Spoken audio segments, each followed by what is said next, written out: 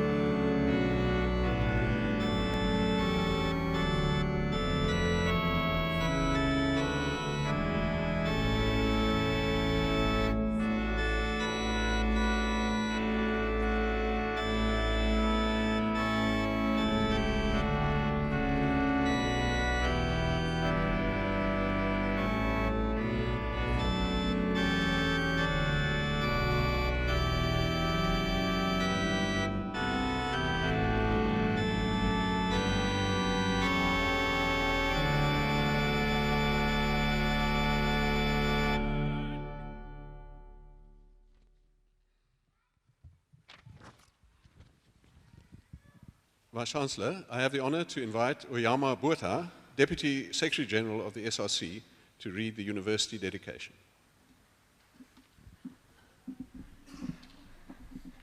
Good morning. At this time of celebration, we, the members of the University of Cape Town, reaffirm our mission to nurture rational and creative thought and free inquiry, to strive for excellence in teaching and research, to educate for life, and to address the challenges of our society.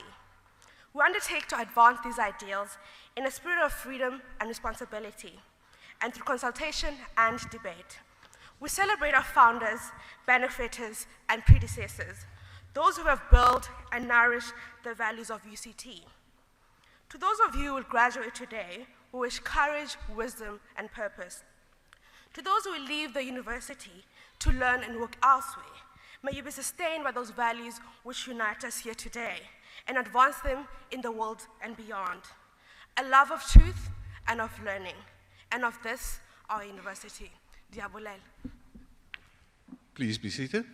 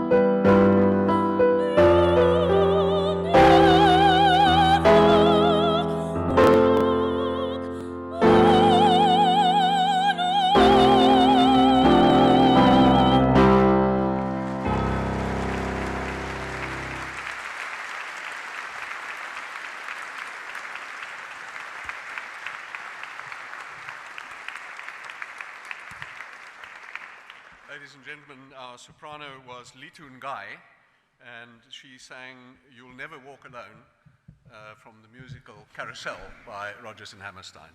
And she was accompanied by Eben Wagenstroom on the piano. Earlier, the Gaudiamus and the National Anthem were performed by students from the UCT Opera School at the South African College of Music, and they were also accompanied by Eben Wagenstroom on the organ. Another round of applause for our...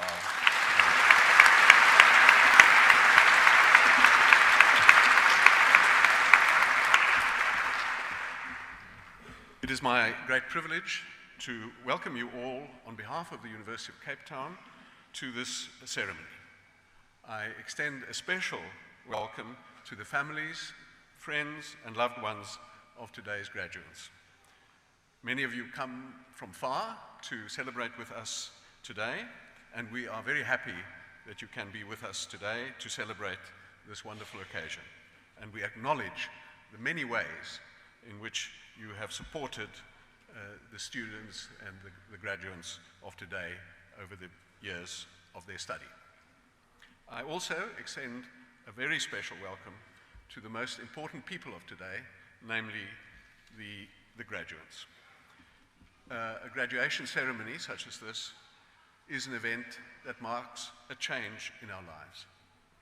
The closing of one chapter and the opening of the next.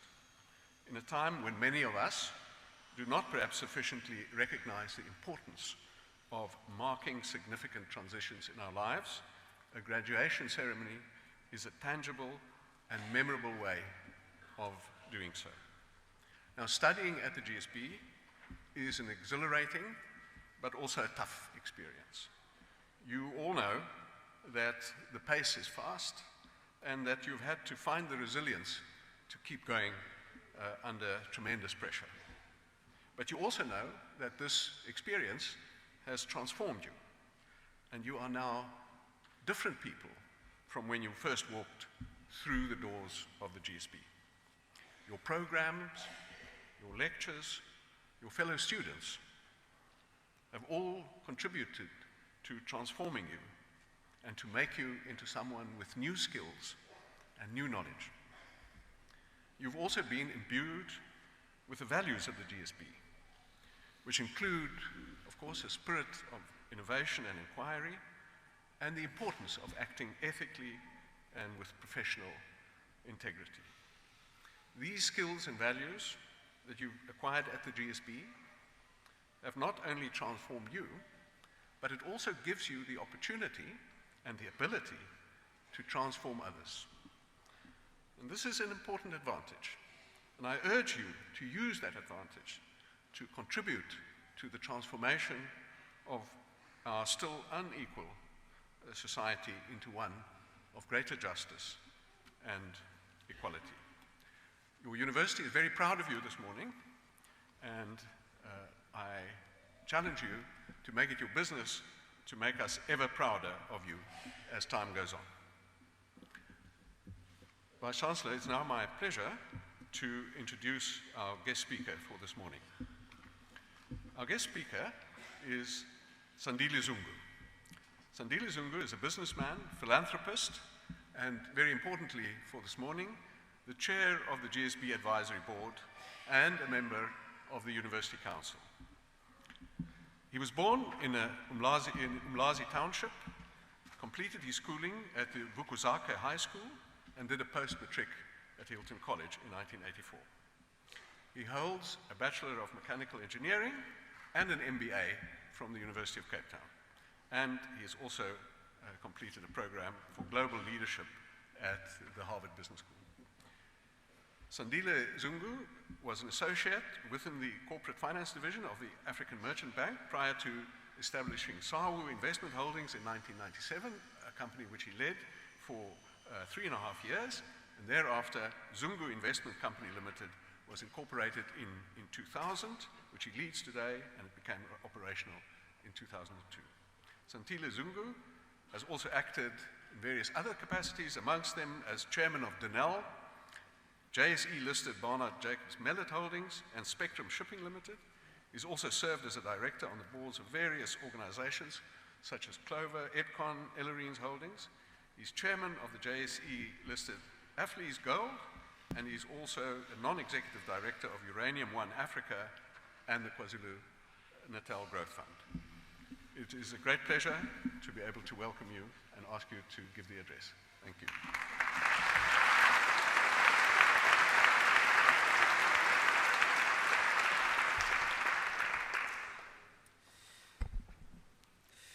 The Vice Chancellor, Professor Price, the former Vice Chancellor of UCT, Dr. Mampela Rampele, I saw her here, President of Convocation, Dr. Bani Pityana, academic staff, graduates, ladies and gentlemen.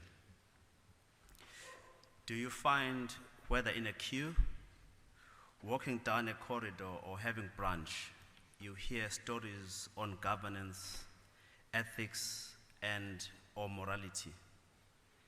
I know I do. Nearly every day, I find people wrapped in conversations about sports icons facing charges of rape or murder. I hear stories on poor governance across spheres, from government and business to labor and sports, locally and across the globe. I think of the words of Judge Raymond Deary of the US District Court before he ushered a FIFA executive turned whistleblower, Chuck Blazer. I quote, "Will you do me a favor and just open the door and see if there's anybody lusting about in the hallway, yearning to get here?"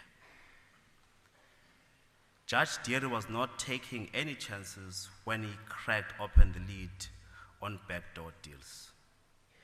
Deary is presiding over the cases of 9 current and former FIFA officials and 5 corporate sports executives accused of participating in a decades-long criminal enterprise involving more than $150 million in bribes, according to reports.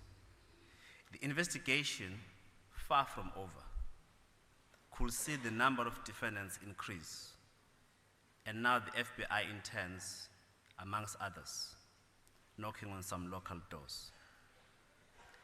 The pervasive corruption, poverty amidst plenty, long queues of unemployed youth, the gravity of our situation can leave you dizzy and feeling helpless, especially in an environment where you know that your vote should count. Yet it shouldn't. We could bury our heads, walk away alienated and aloof, and shut the door on our future. Yet we mustn't.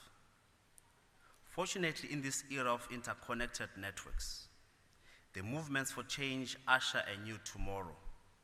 It means we need to take charge of our own destiny. We should stop being mere followers. We need to look to leaders to spare us to act. And we must be those leaders. And yes, we can act.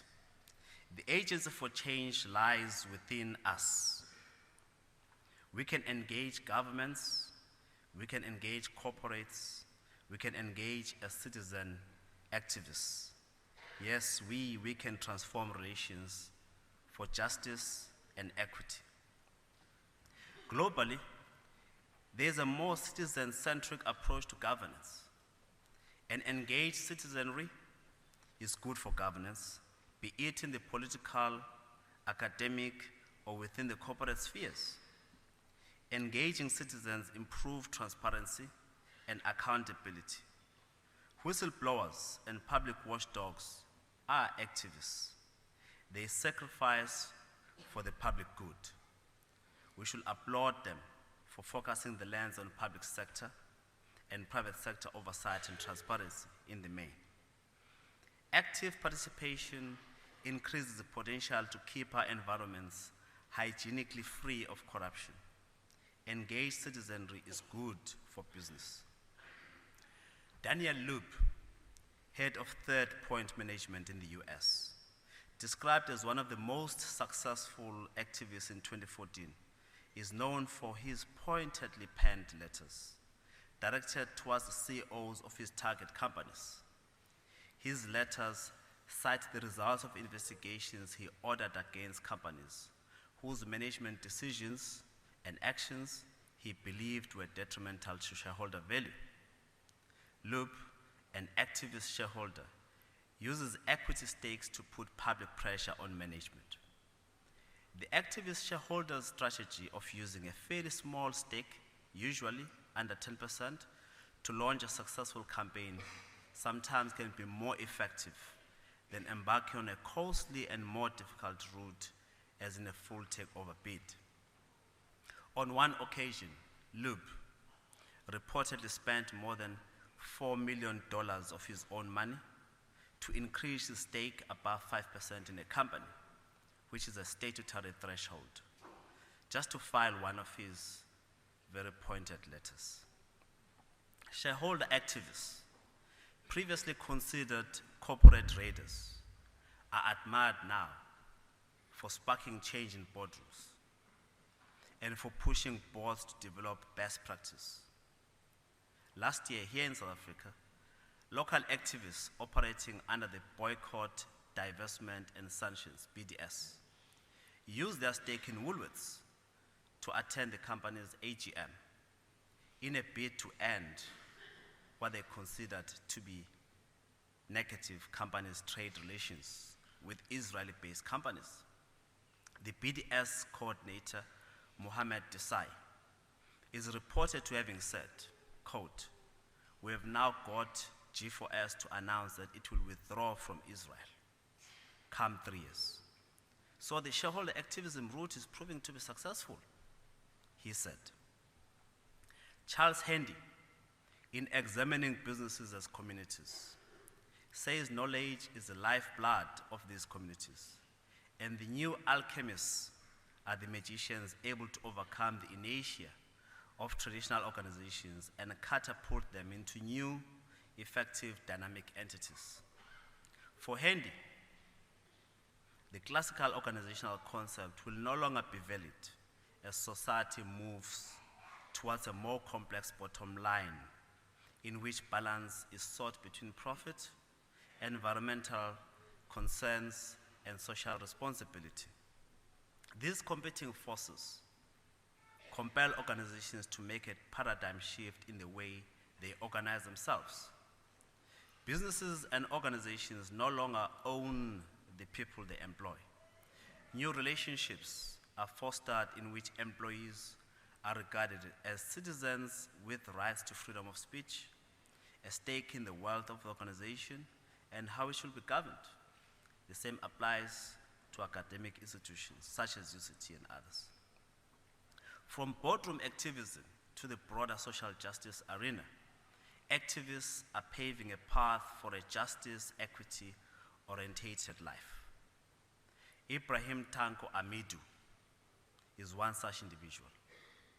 He worked many years in Ghana to enable citizens to hold government at all levels accountable. His goal was very simple: to ensure that the Ghanaian government provides quality public goods and services to its people. Just last month, in May, Amidu, the program manager of Star Ghana, received a World Bank GPSA, which is the Global Partnership for Social Accountability Award, for leadership in social accountability for the Africa region, for his exemplary role as a champion of social accountability for a more equitable society. His words are poignant.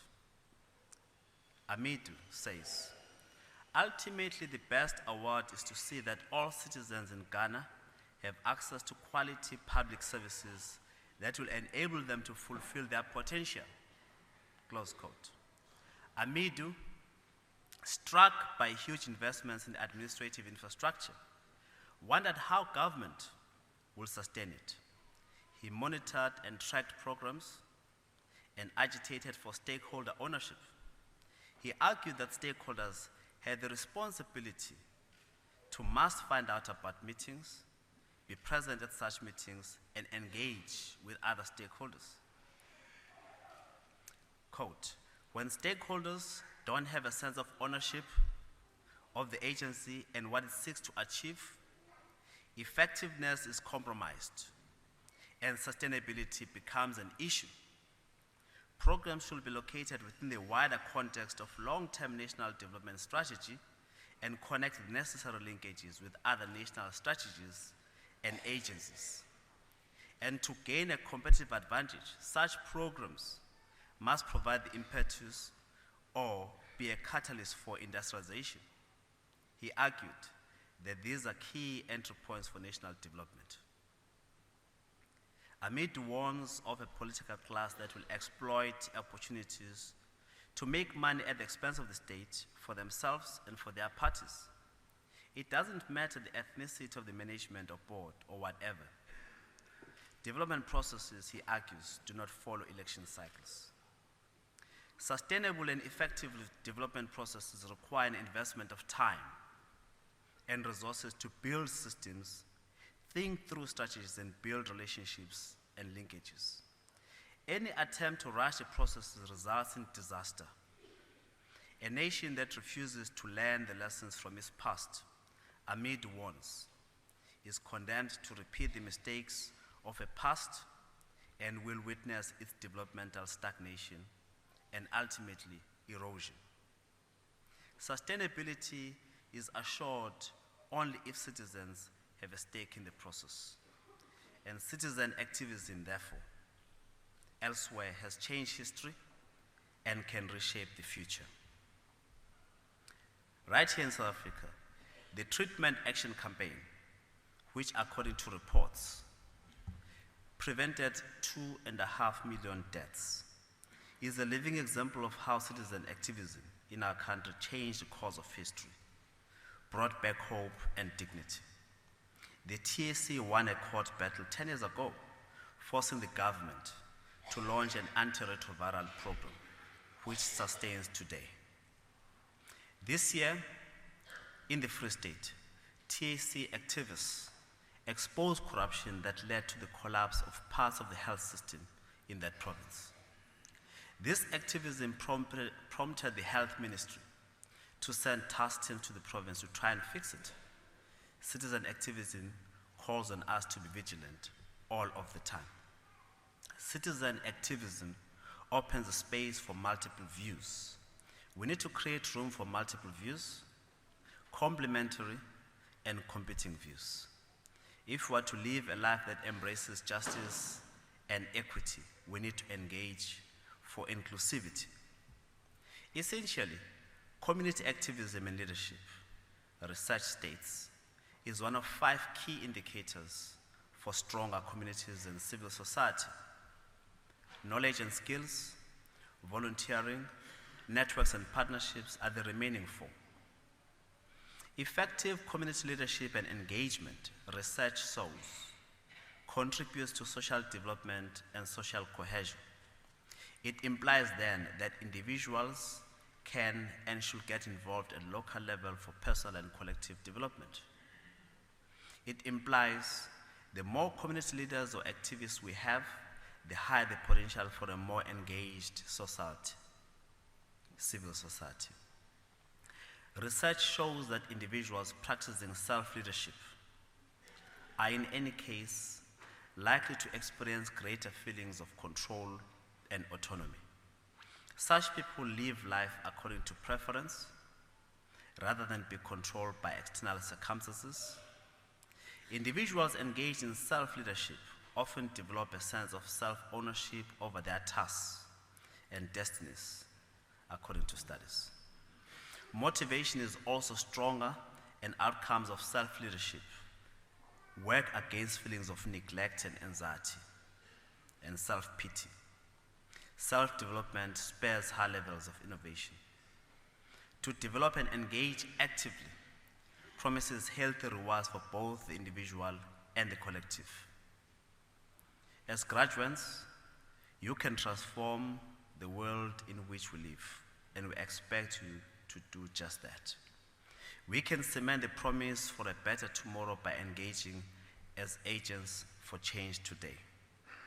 I thank you all and congratulations to you, graduates, and to your families, and best wishes to all of you in your future endeavors. Thank you.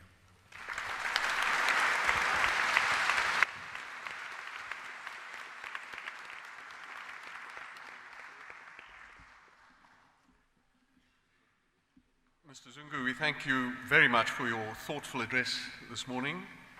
Our graduates this morning stand at the beginning of a new chapter in their lives, and I know that they will be inspired by your words, as we have all been, and also by the practical examples that you've given about how each of us can be an agent of change, and also by the very sound advice that you've given.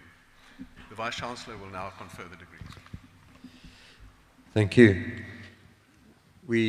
I want to add my appreciation to the Deputy Vice-Chancellors, to Mr. Zungu for a series of messages that I think are the most important that we could communicate through our education program at UCT, especially to people going into the business world. We now move to the part of the program where we confer the degrees. By virtue of the authority conferred upon me, I admit to the degrees specified and grant the diplomas specified to candidates who are recorded as graduating in absentia. I shall now grant the diplomas and admit to the degrees specified the candidates to be presented to me. Vice-Chancellor, I have the honor to present to you for the Associate in Management, Jason Ronald Abrahams.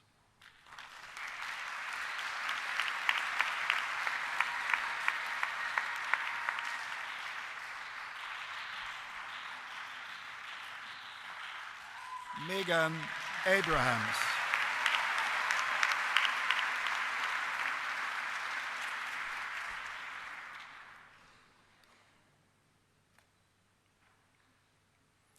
Warren Adams.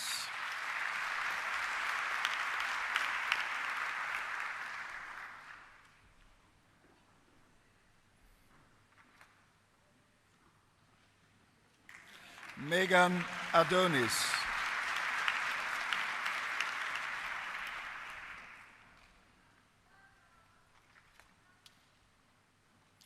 Gail Eileen Atkinson.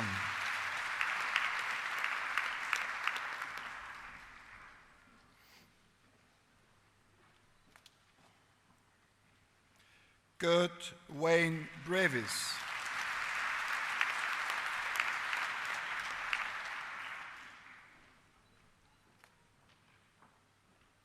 Mavis Brown.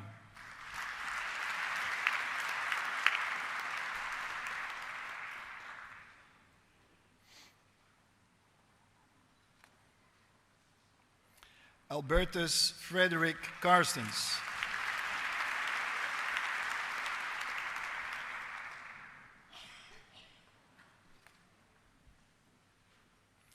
Mohammad Shahid Clark.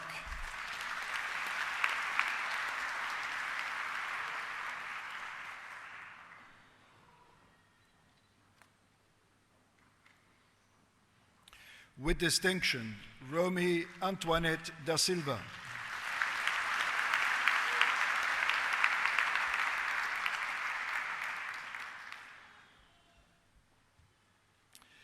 Nosipiwo Gertrude Diniso.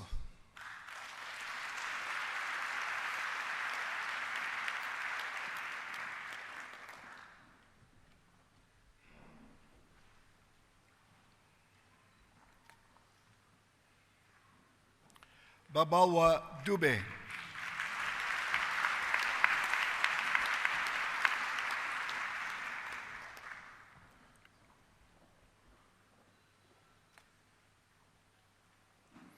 With distinction, Faisal Faker.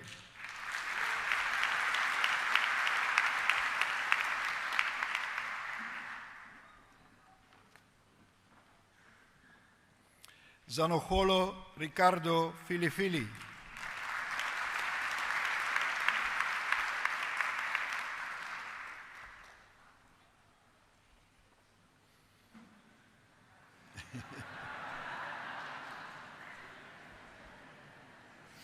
Alexander Stephen Good.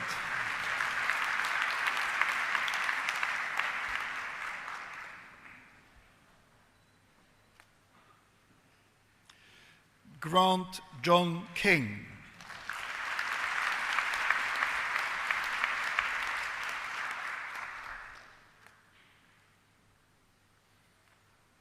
With distinction, Luisa Maria Ladera.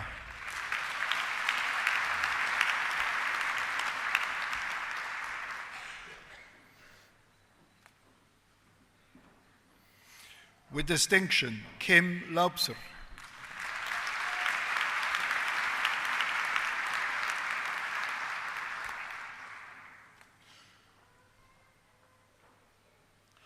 With distinction, Amy Lee Lau.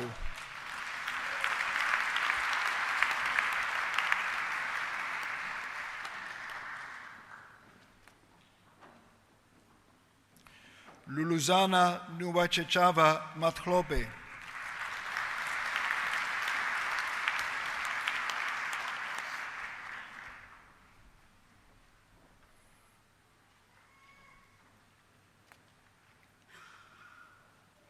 Abigail Nomonde Majikela.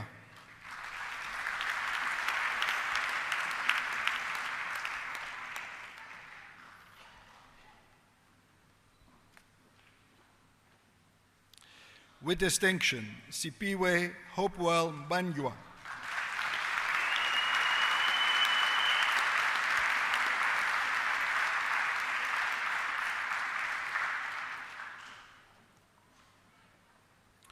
Tubajiki Jacob Menda.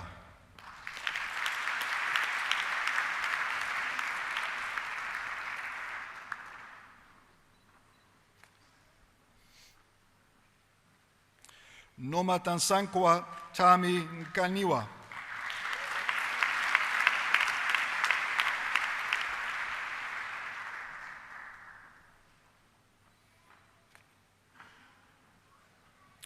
Jacobus Johannes Niemand.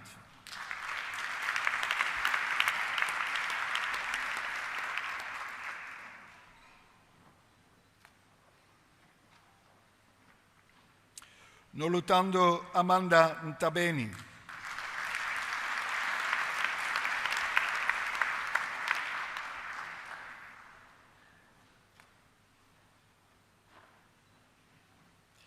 Guylain Longi Ntengu.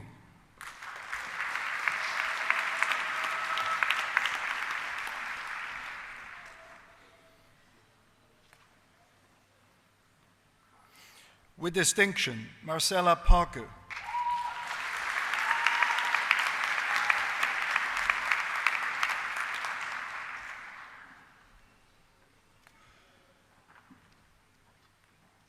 Wasima Patel.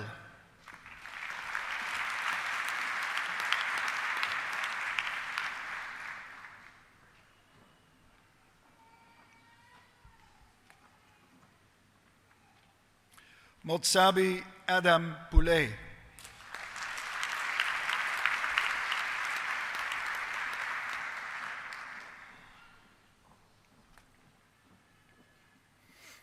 Rakesh Rama.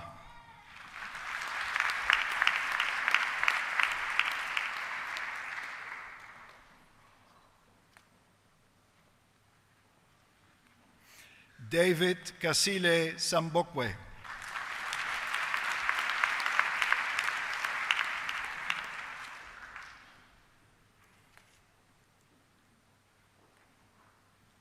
Firosh Siripal.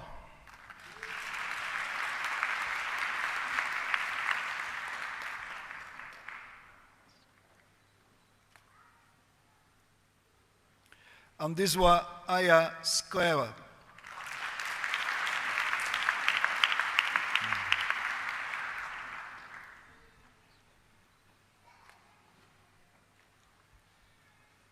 Christopher William Smith.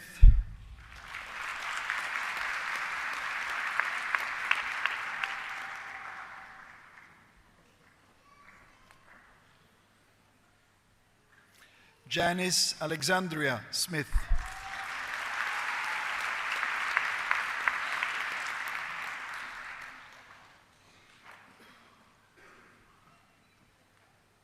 With distinction, Jarrett Matthew Smith.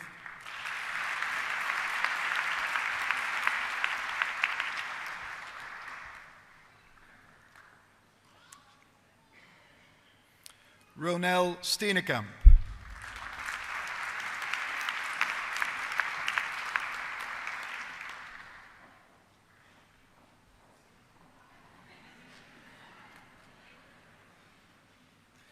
Lowelyn Elvira Fienendral.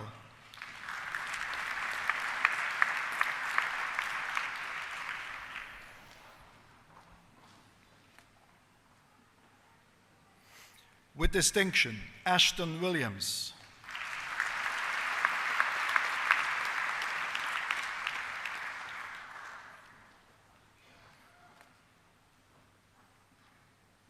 With distinction, Sheila Yabo.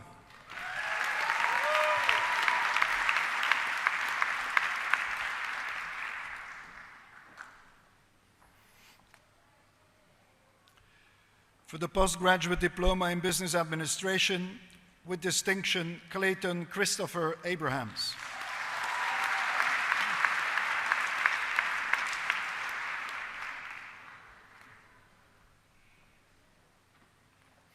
Nico Sean Adrians.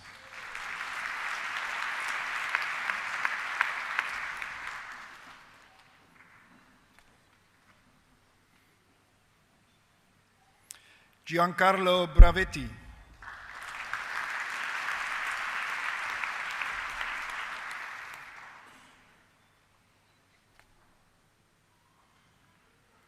Samantha, with distinction, Samantha Bernadine Brinkman.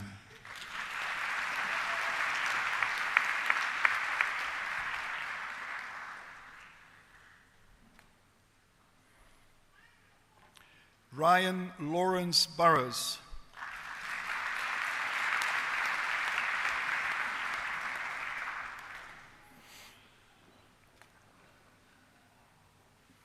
Peter Venter Kutzer.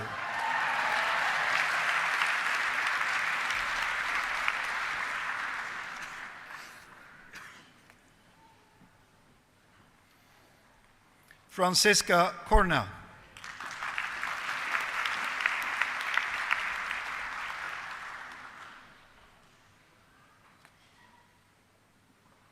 Stuart Pfeiffer Crooks.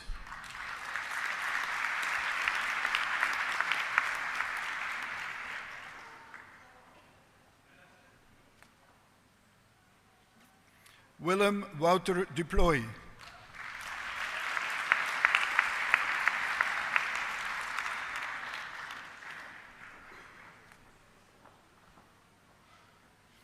With distinction, Vivieni Firey.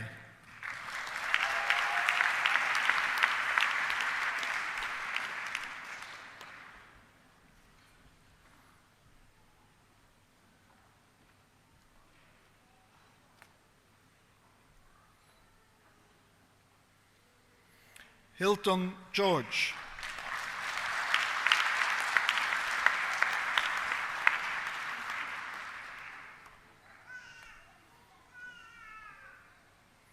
With distinction, Ruth Natasha Hartman.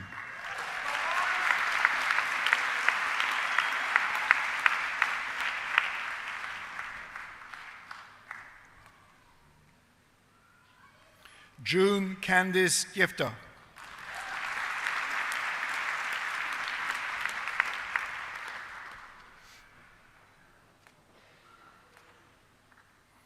Jane Lamarque.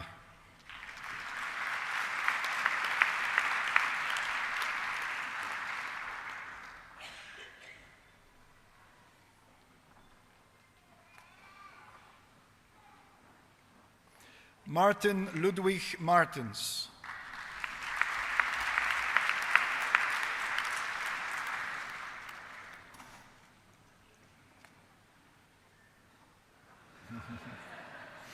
Yolanda Mabuto.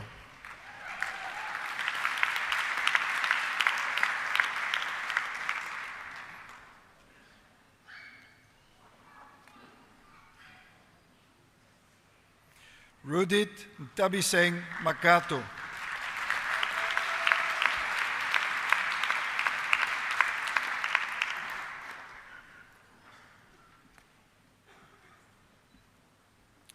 Mkholisi Mbalu.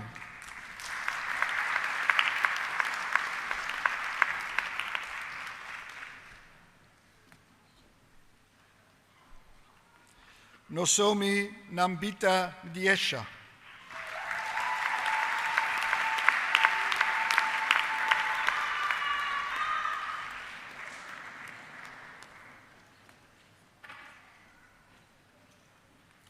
Karen Lindsay Metcalf.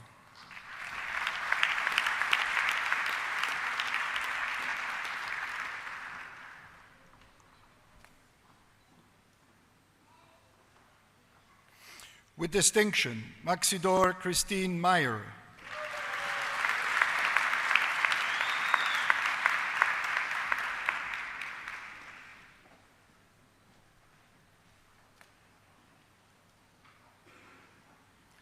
With distinction, Mugabe Christopher Mlotwa.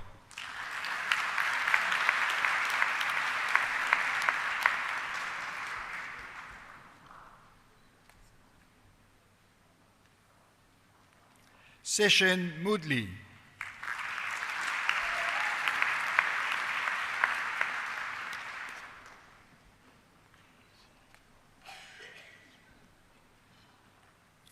Aswimbavi Mulotsi.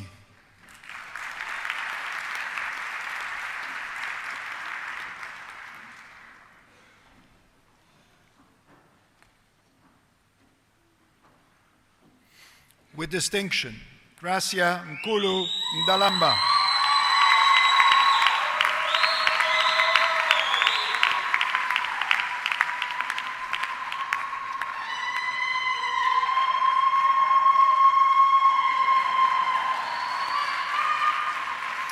Mwewa Lydia Ndalamba.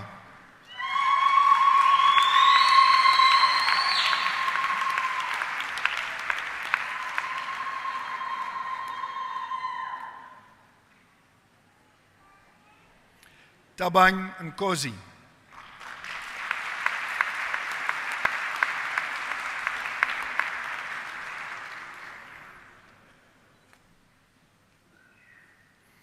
Zimkita Tsebeza.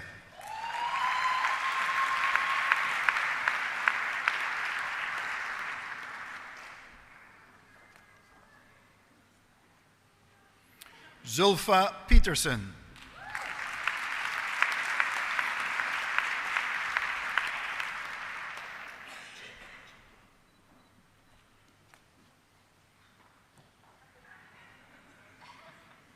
With distinction, Rebecca Pillay.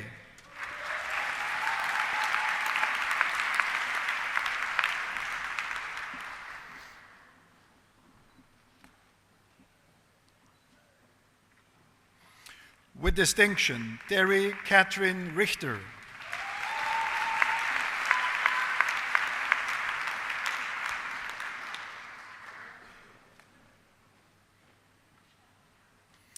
With distinction, Philip Duncan Stewart Rist.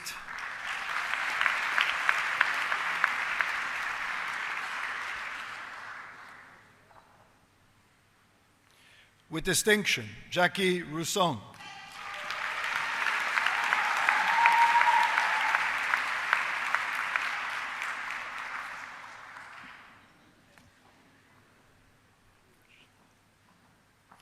With distinction, Shahida Saidi.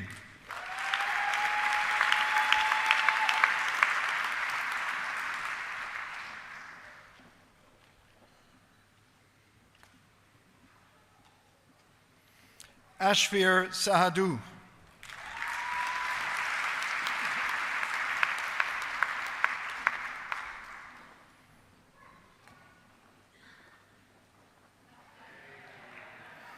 Gift Sipo Sibanda.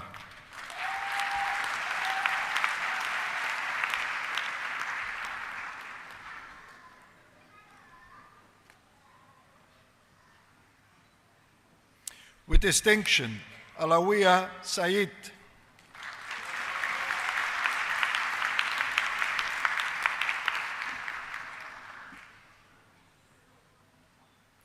Donald Stewart.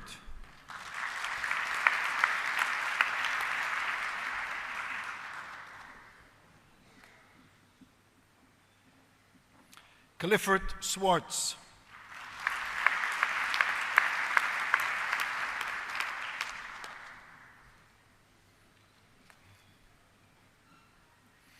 With distinction, Jiashan Tsai.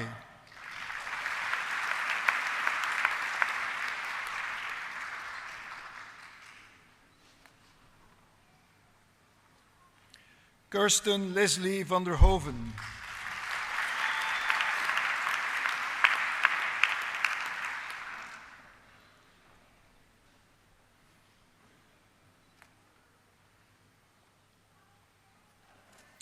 With distinction, Bradley Kenneth van der Westhuizen.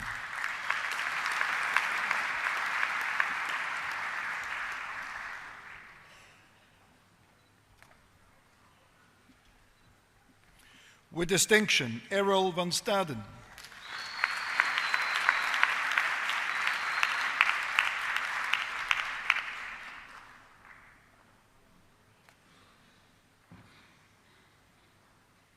Melverna Olivia Wakefield.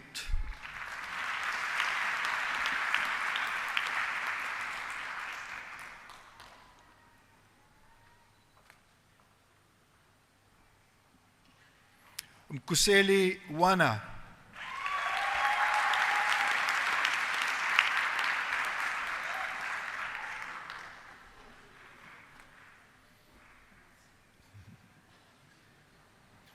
Angelo Sean Wessels.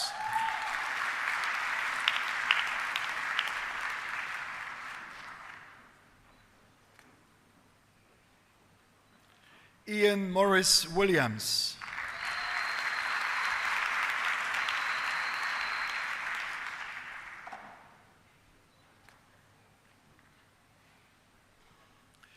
Letitia Belinda Wilson.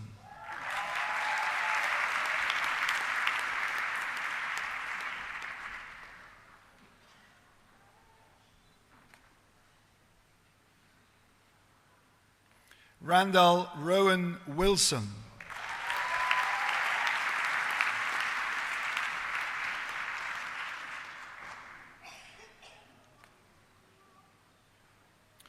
For the postgraduate diploma in management practice, Desmond Desiderius Andreas.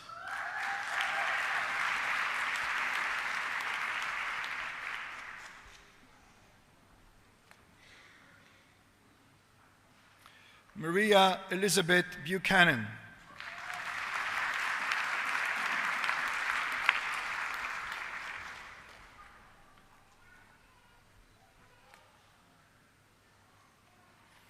Ibanatan Chetty.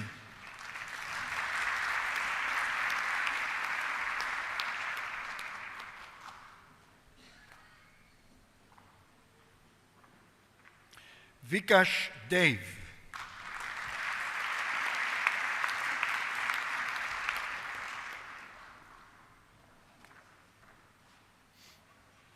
With distinction, Willem Abraham Willem de Beer.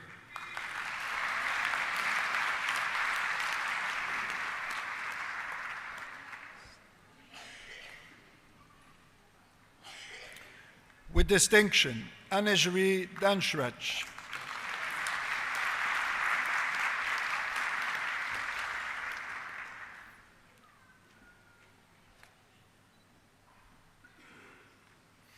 With distinction, Youssef Seifert Fourie.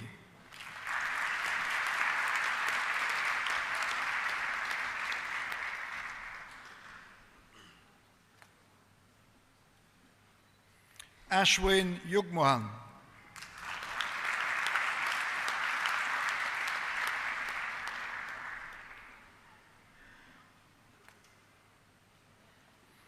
Derek Letebele.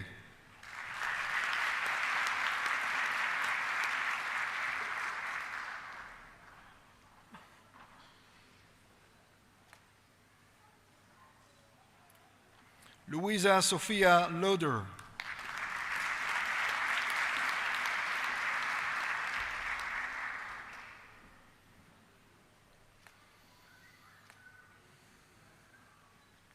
Dixon Venance Luwumba.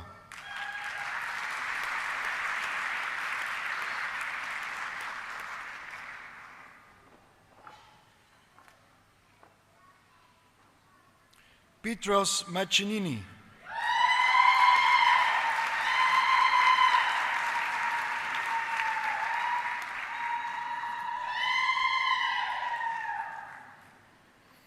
Amanda Meyer.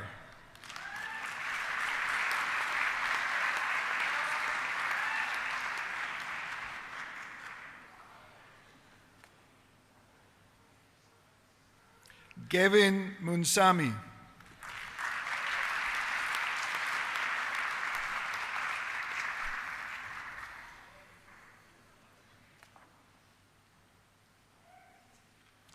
Benedictus Frank Pigram.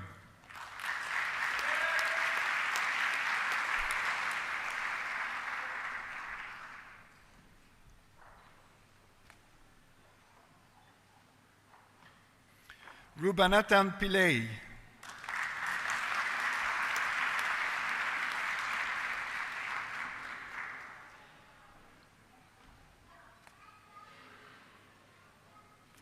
Christopher Stephanus Christo Prince.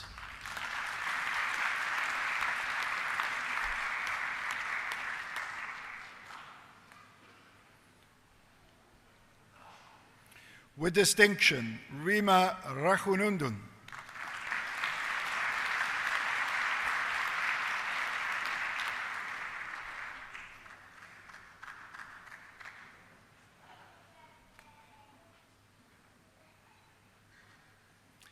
Meshach Tiago Ramasodi.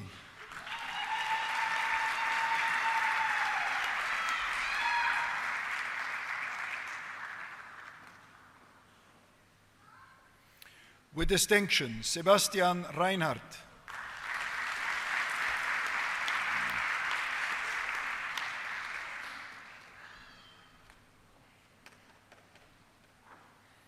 Gwendolyn Swanepoel.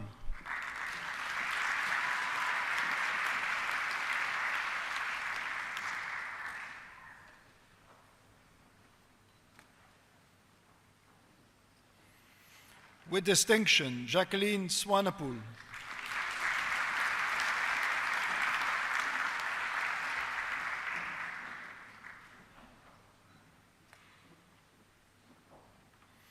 Louis Charles van Aswegen.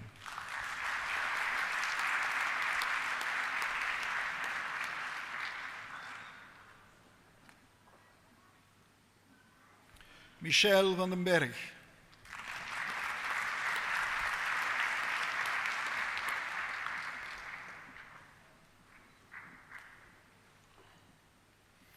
Christina Elizabeth Wolmarans.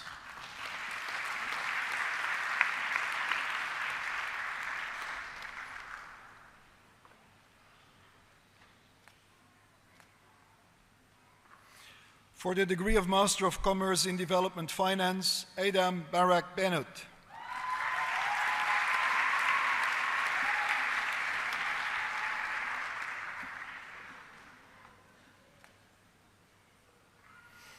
Lungelo Linda Gumede.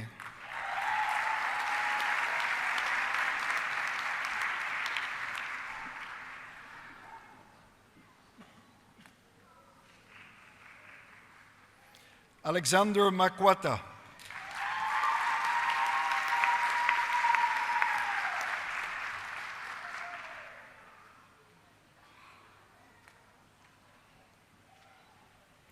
Konoto Lydia Maredi.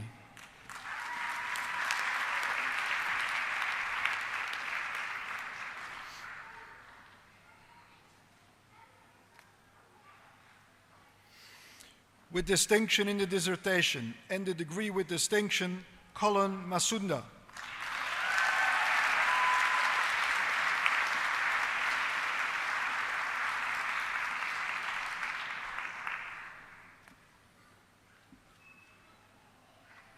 Alvin Mungai Mbugwa.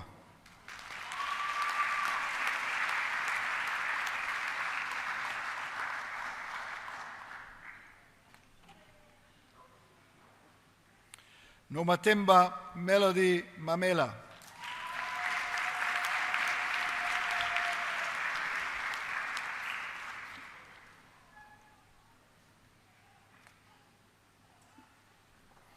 Mumbi Tenga Ngandwe.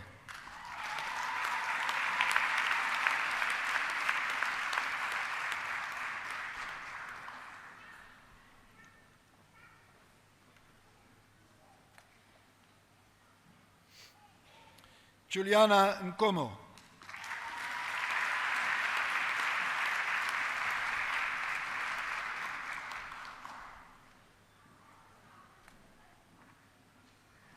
Shepherd Niere.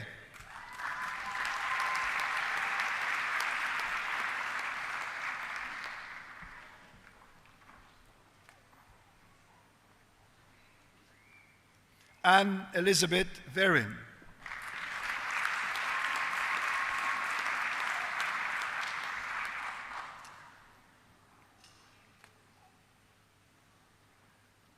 In management practice, Tanya Bernadette Bowers.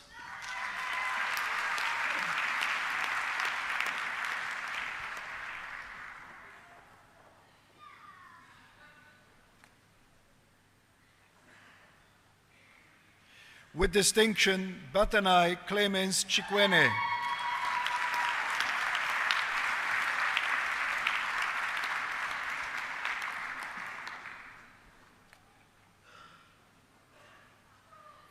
Limpo Yvonne Debeshe.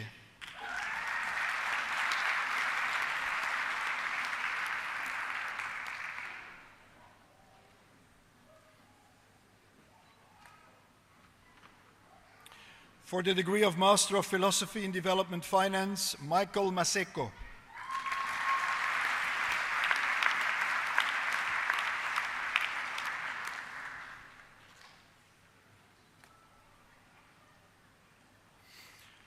For the degree of Master of Business Administration, Michael Anthony Hendrik Miller.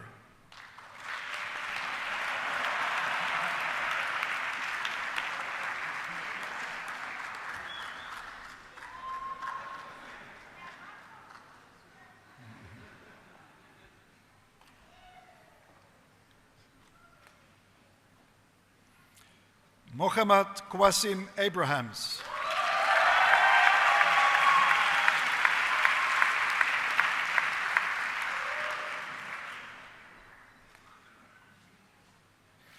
With distinction, Sadiq Ahmad.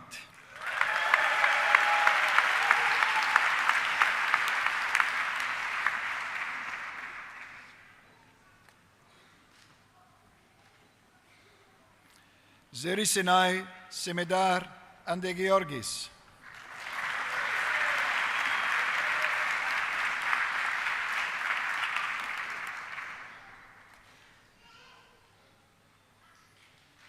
With distinction, Peter Stephanus Johannes Evenand.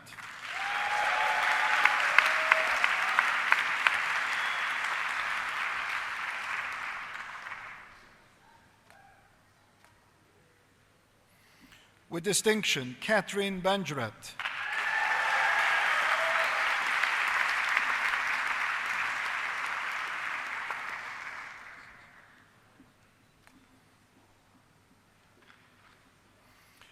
Makosazana Sharon Bambiza.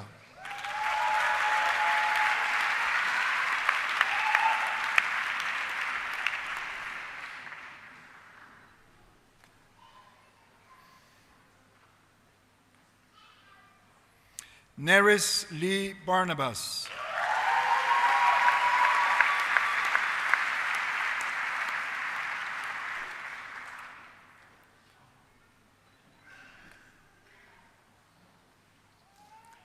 Adam Daniel Bonnert.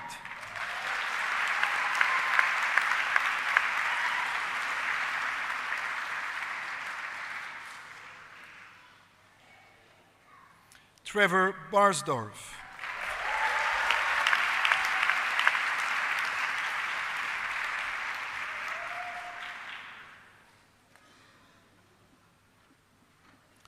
John Royal Basley.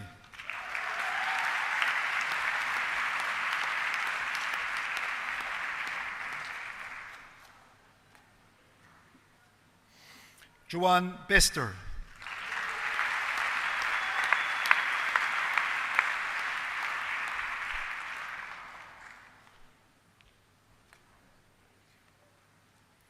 With distinction, Andre Byers.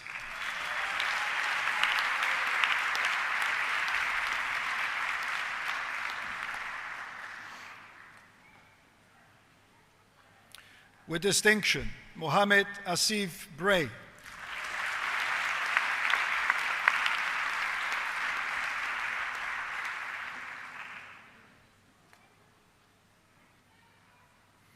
Matthew Jeffrey Brunner.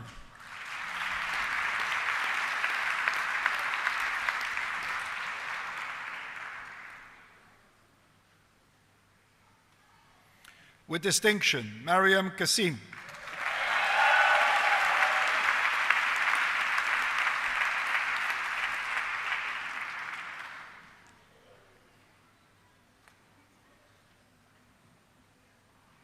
Casper Jacques Combrink.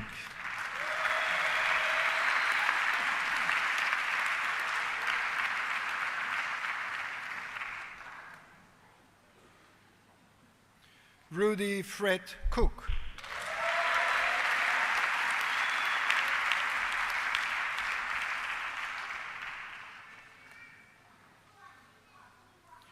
With distinction, Warren Cronje.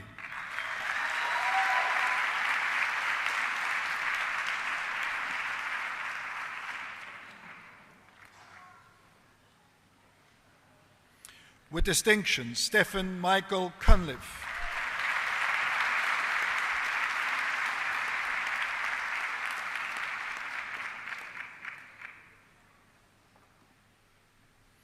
Benjamin Nathan Dadon.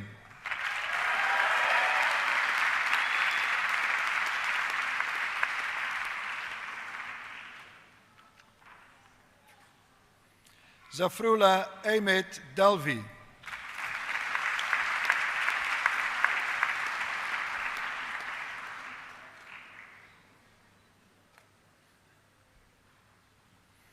Rizan Daniels.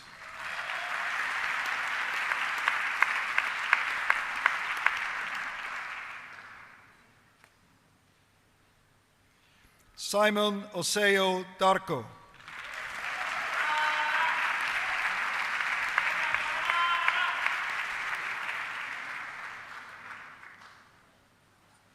Philip DeWitt.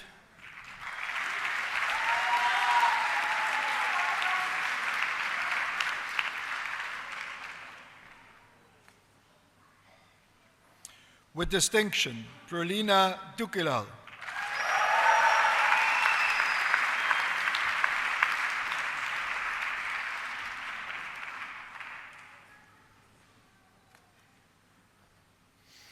With distinction, Lauren Francis Drake.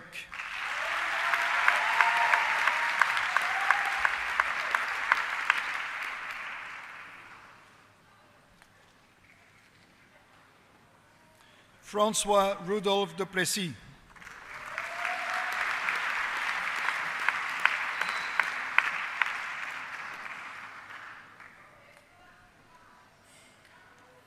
With distinction, Tamutswa Dutuma.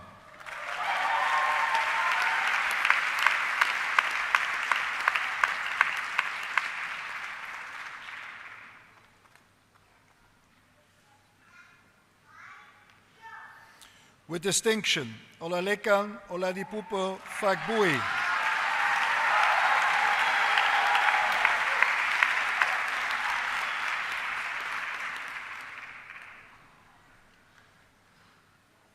Denise Shireen Gabriels.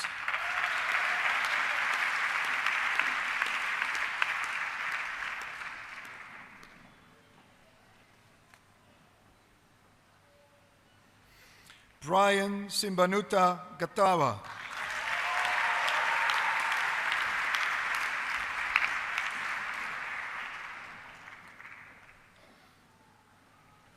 Bradley Stewart Gray.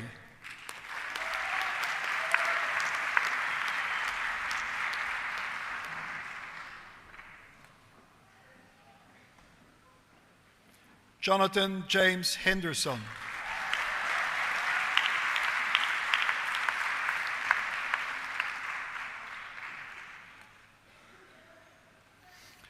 Nicolette Joan Hendricks.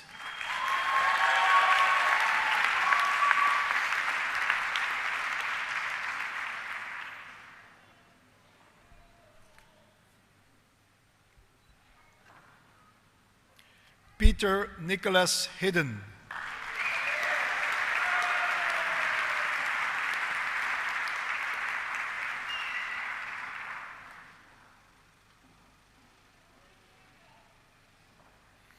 With distinction, Amanda Mary Hogan.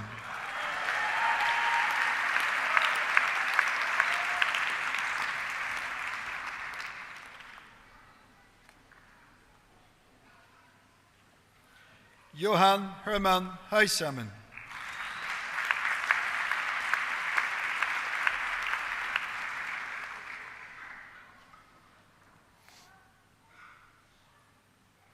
Bruce James Martin Isdale.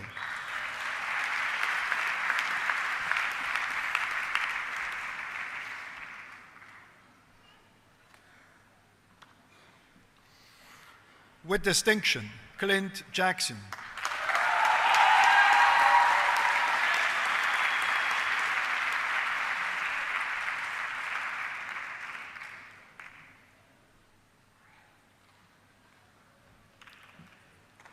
Grant Jackson.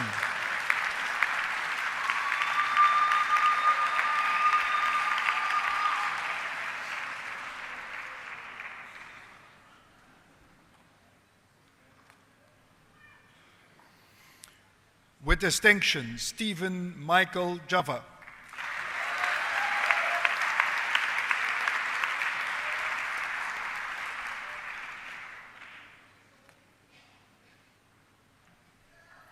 Evans Mutsa Jai.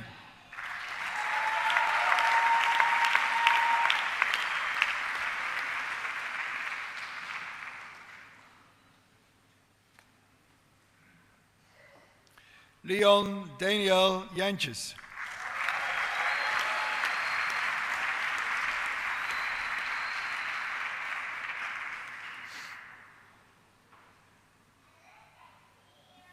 With distinction, Tasneem Yappi.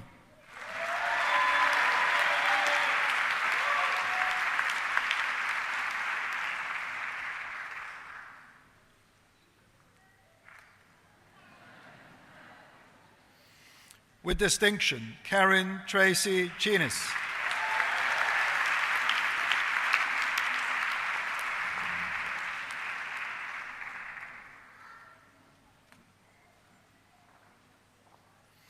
With distinction, Antea Judith Jeftas.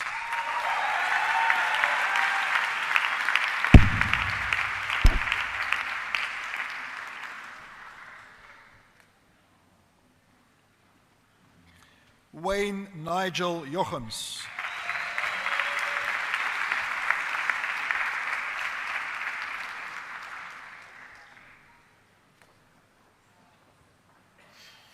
With distinction, Leander Werner Johannes.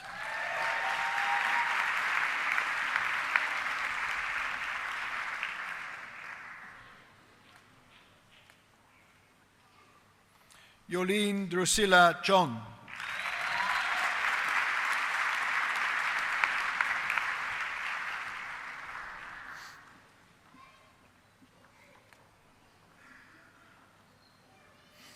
With distinction, Suzanne Johnston.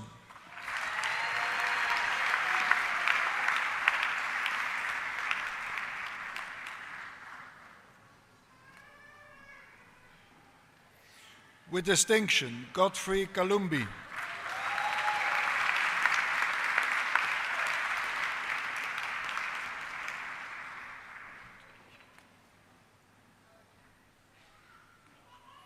With distinction, Johan Torbjörn Karlsson.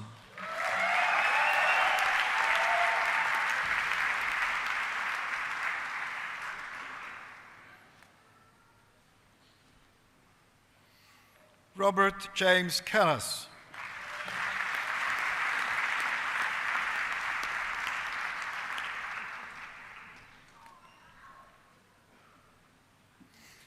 Nokwetu Koyane.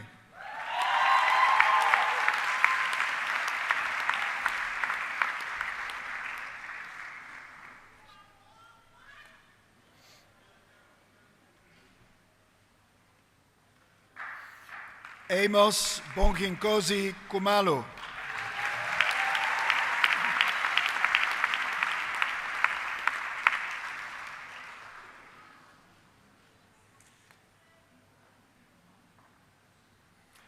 Charles Rudolph Kleinhans.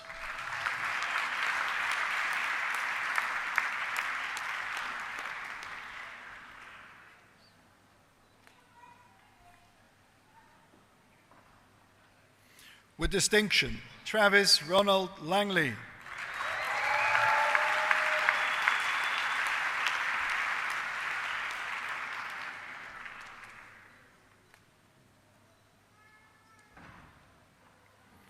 Milton Lojande.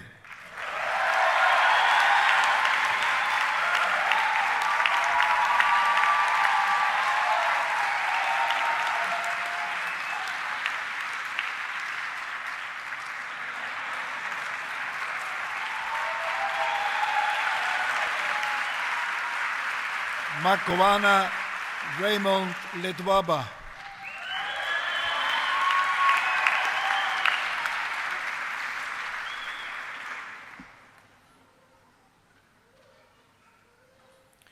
With distinction, Seo Ming Lee.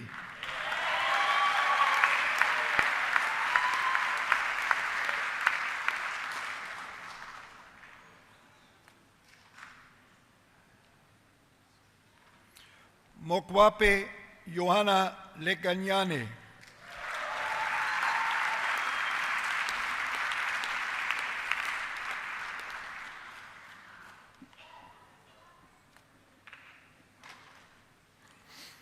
With distinction, Teresa Emily Leroux.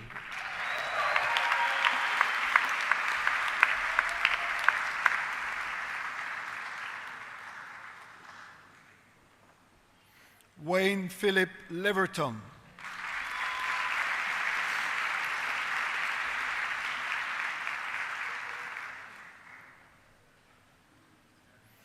With distinction, Carrie Ann Littlewood.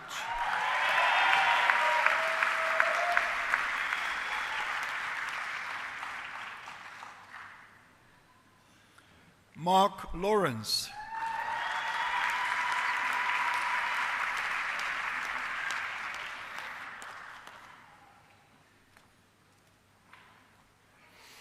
With distinction, Lise Mary Martins.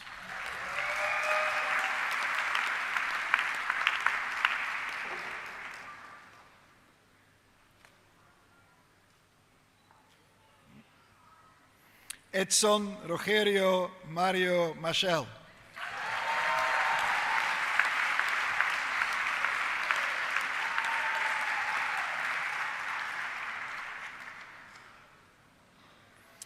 With distinction, Suraksha Maharaj.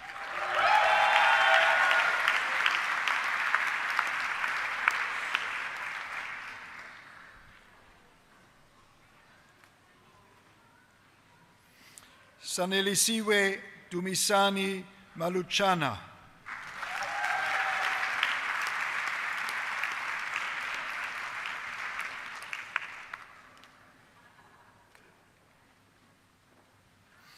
With distinction, Mohammed Ishak Majapa.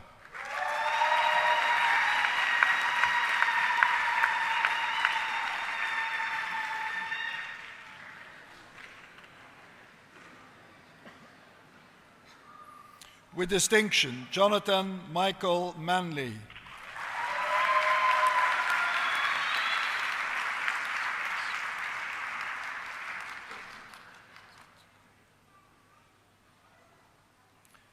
Tsunsukani Tinswalo Alice Chris Glanga.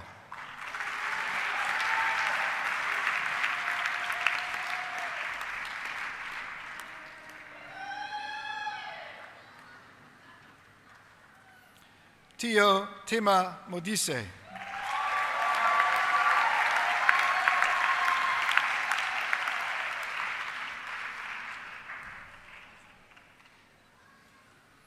Peter Willem Muller.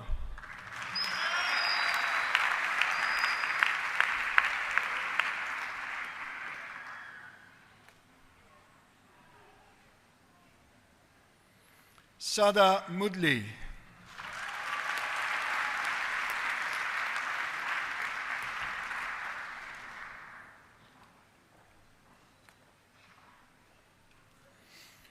With distinction, April Bonizwa Mtupa.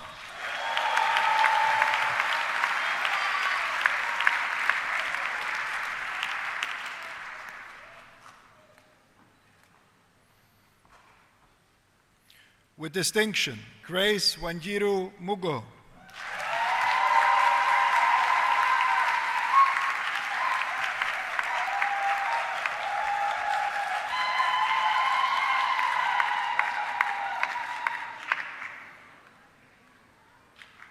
Brian Bundi Muriuku.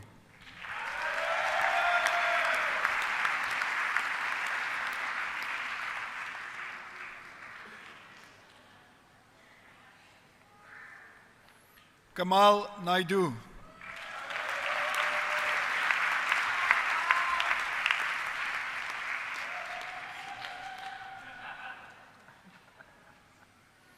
Robert Harry Nichol.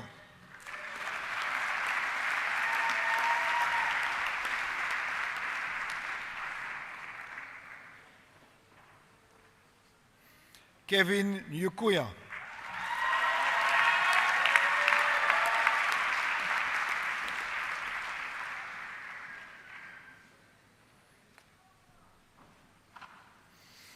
Babalwa Helen Nonkenge.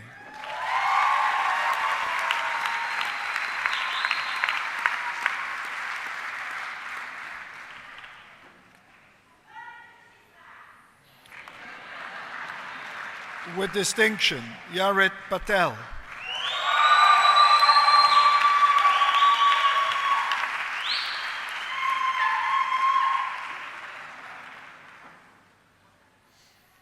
Yandro Paxton.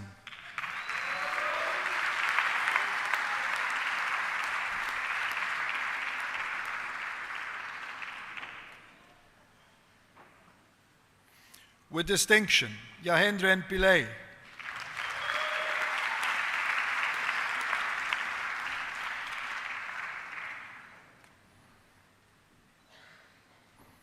With distinction, Seshni Pillay.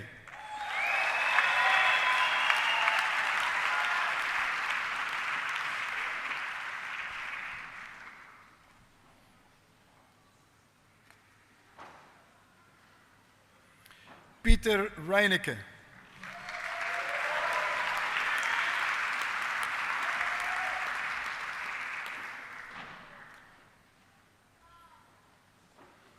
Adrian Luke Rader.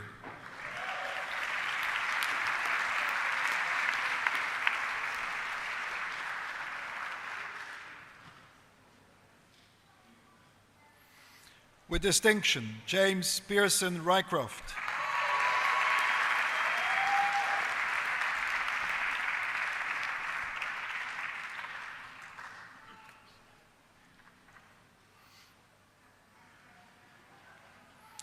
With distinction, Pepler Sacco Emiliano Sandri.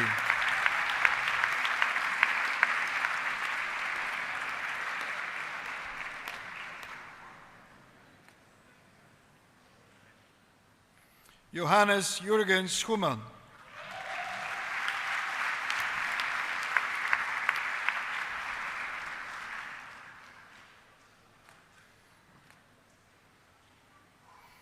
Johannes Jacobus Schumann.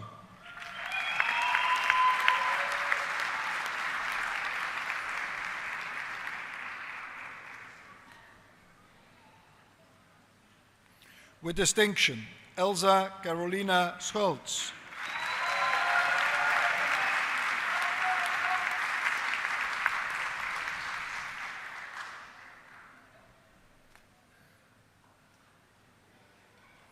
Bradley Lawton Shaw.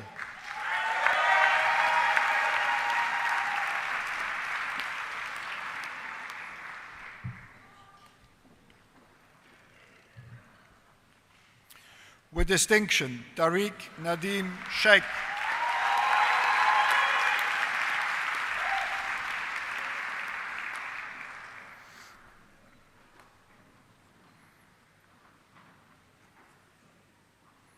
Cassius Siboleka Siboleka.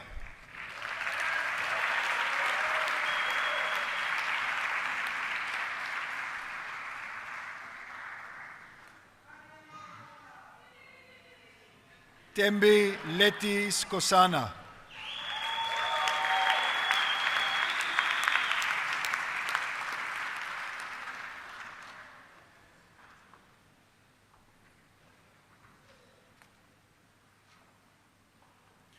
Diana Amy Spicer.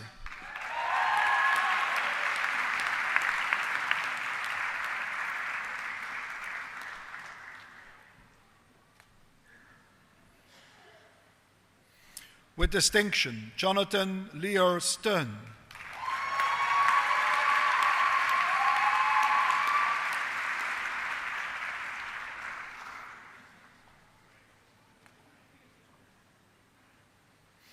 With distinction, Dustin Henry Stringfellow.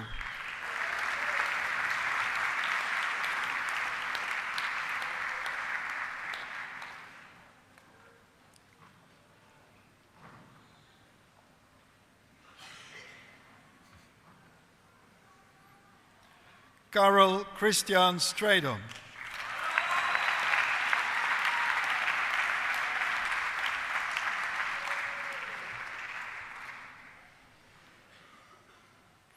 Angela Shisanga Taylor.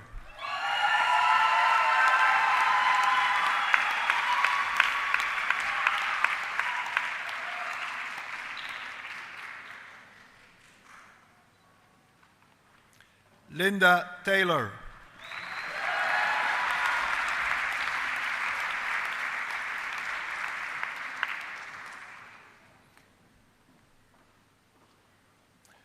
Torsten Tisch.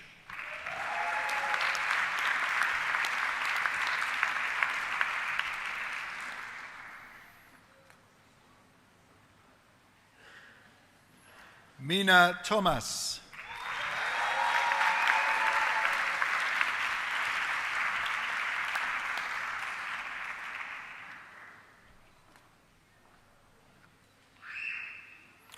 With distinction, Rolf Paul Thomas.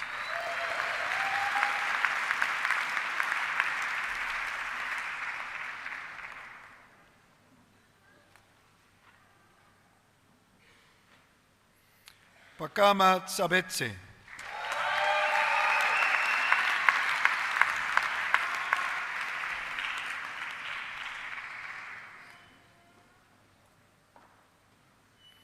Rorisang Shabalala.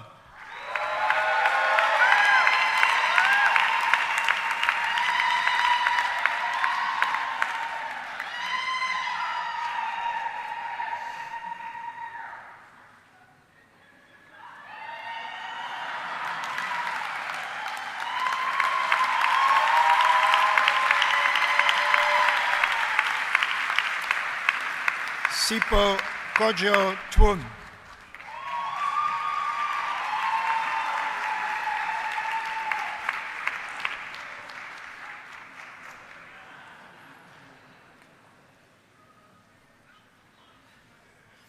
Matthew Tarrell.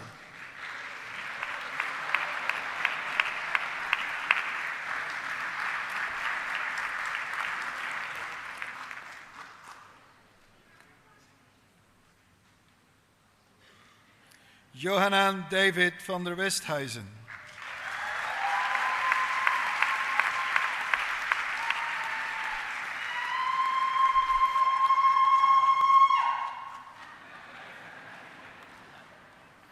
With distinction, Rainer Gregor Wellmans.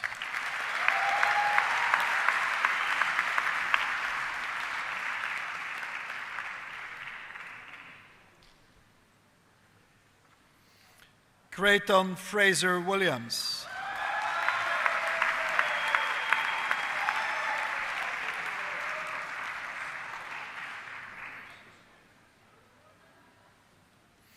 With distinction, Corina Zenzi.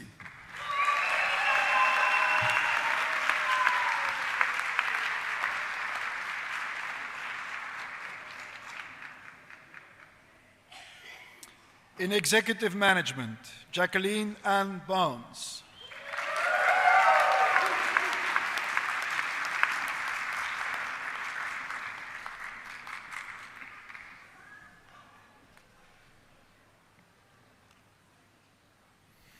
Daniel Calvo-Buron.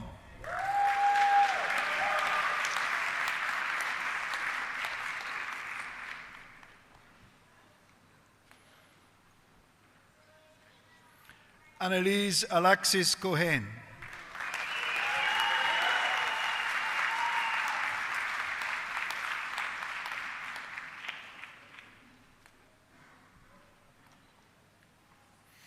With distinction, Michelle Colleen Culverwell.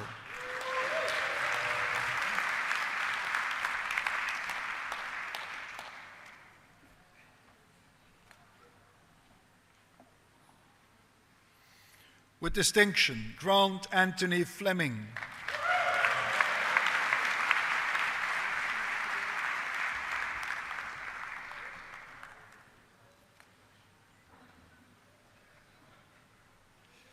Ravid Goldstein.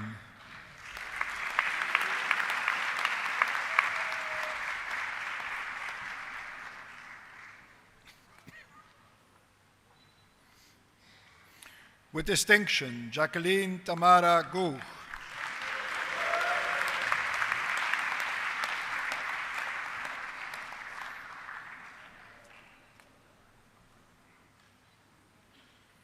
Selvin Govinder.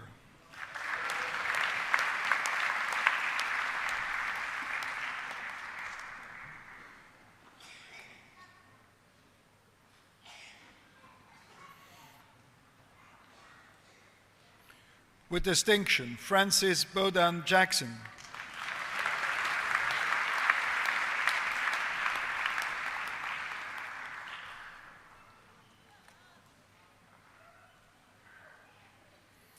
Frederick Rudolf Janse van Rensburg.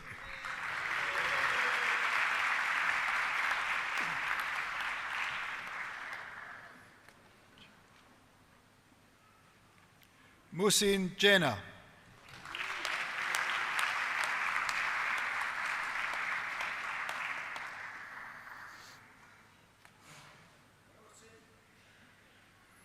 Henry Maxwell Jonker.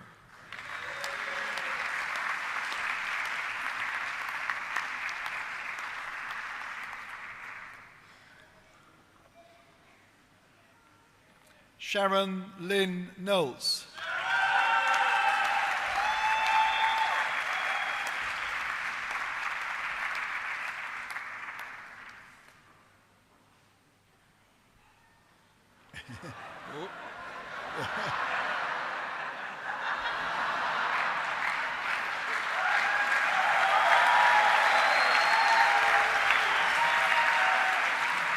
Rachel Magopa Matali.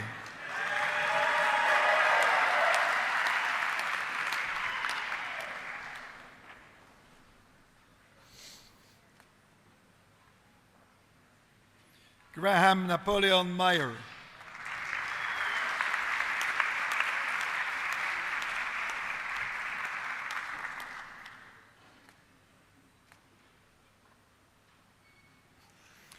Charlene Audrey Miles.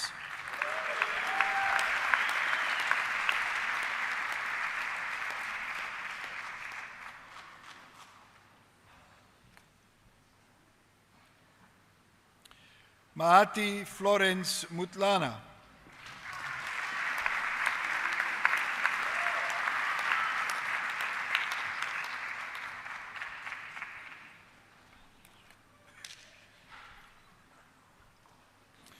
With distinction, Badrashil Hasmuklal Modi.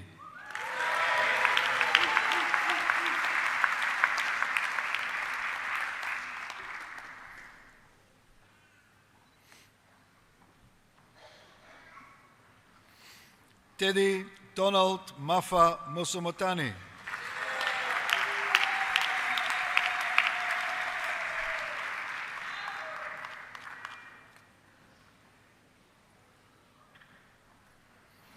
Jacob Mugali Mutomogolo.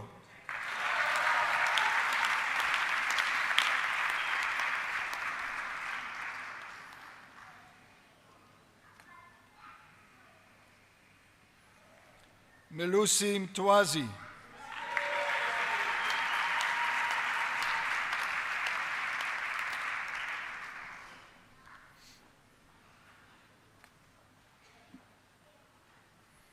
Heinrich Nell.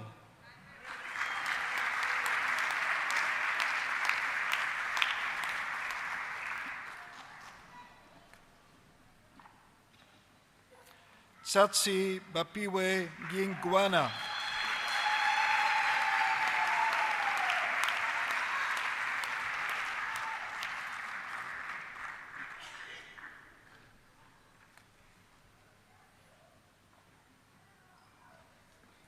With distinction, Daniel Christopher Wilhelm Scherger.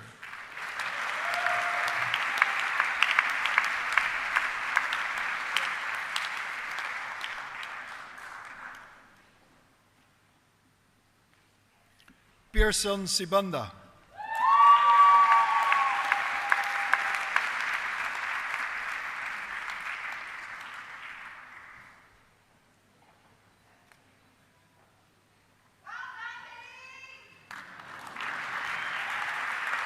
Peter Ramabitsi Sibandi.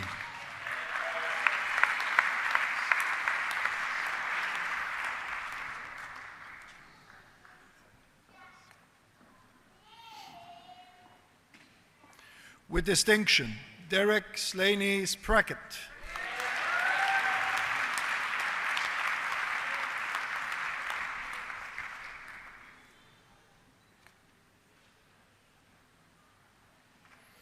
With distinction, Francois Steen.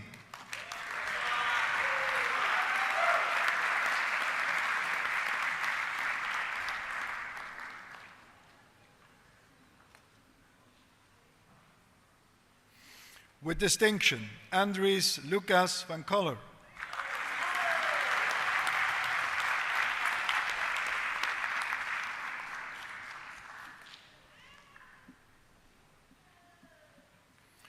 With distinction, Karel Gerardus van Vuren.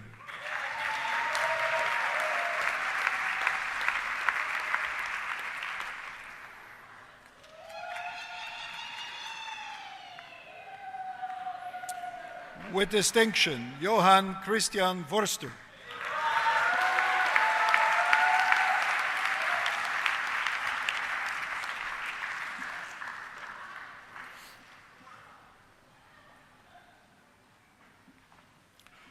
For the degree of Doctor of Philosophy in Business Administration, for a thesis which documents and uses different market characteristics of the Johannesburg Securities Exchange to develop a robust, hybrid, adaptive, intelligent model with better predictive accuracy by combining artificial neural networks, fuzzy logic, and fractals, Artwell Singirai Chimanga.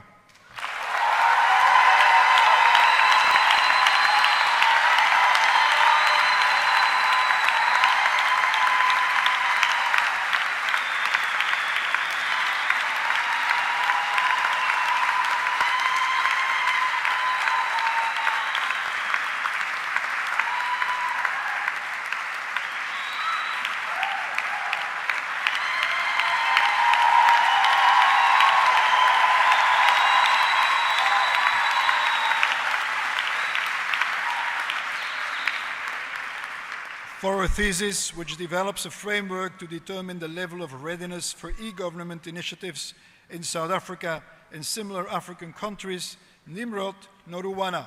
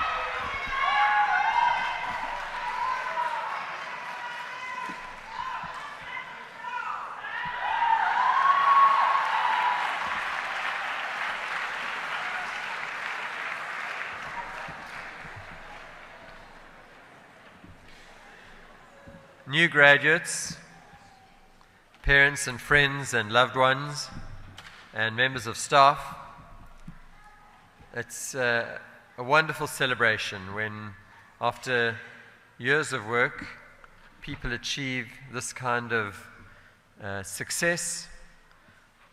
We know how much hard work it's been for them, but we also understand the sacrifices that their loved ones have made to get to this point. And I want to invite the graduates to stand up and make eye contact with your loved ones in the audience and wave your scrolls and shout your appreciation to your loved ones for how they have supported you.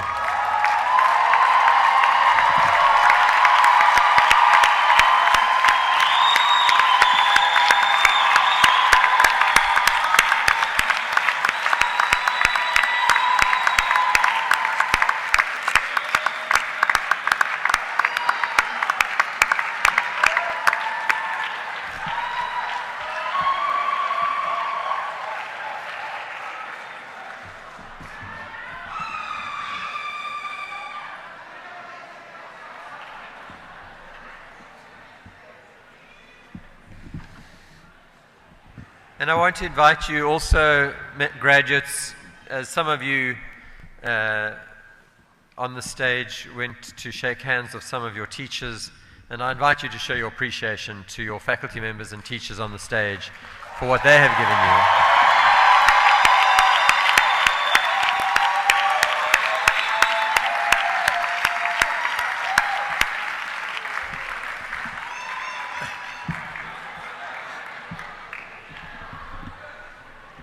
The university is a great university primarily because of its brains trust, because of the faculty that we have, the research that gets done, the quality of the teaching, and so I want to express my appreciation to the faculty members as well.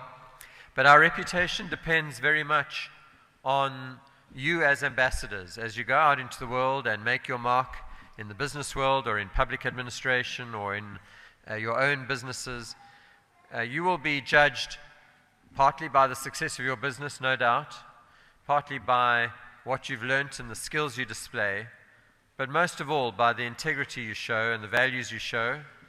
And I want to again comment on how appropriate Mr. Zungu's graduation address was for this graduating class today, because that is in some ways the most important of the virtues and values that you will be judged by. You can be and should be active citizens and not rely on others to change the world and make a difference, and you have the opportunities to do that.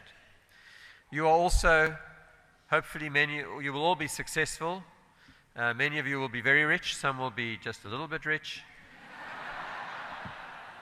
And we need you to understand that as you graduate, you also become members of the convocation of this university. The convocation is the body of some 170,000 graduates all around the world.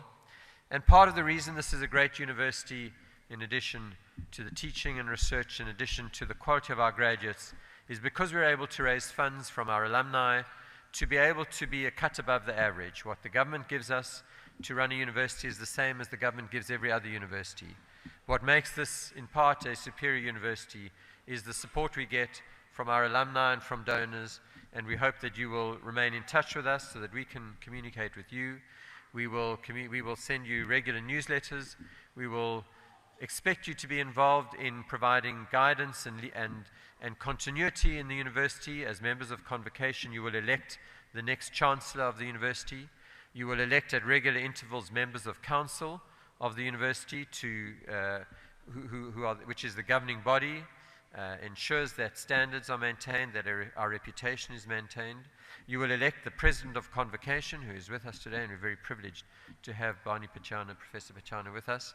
But you will also be giving us feedback on regular intervals, such as the recent protests around the Rhodes Miss Fall statue. We consulted alumni and convocation around this. And we want you to remain involved and also to remain as strong supporters of this university so that we are always your alma mater that you will be enormously proud of. But we are proud of you today, so go out and celebrate, and congratulations to all of you.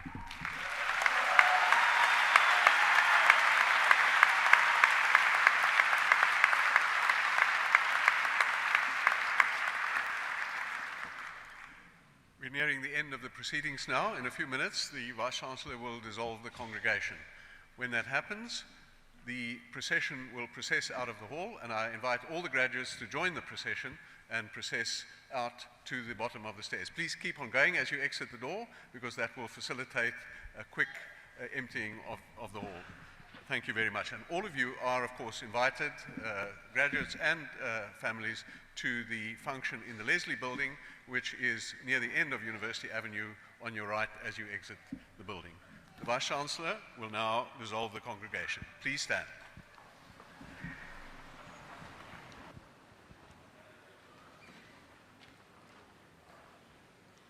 By the authority conferred on me as Vice-Chancellor, I now dissolve this congregation of the University of Cape Town.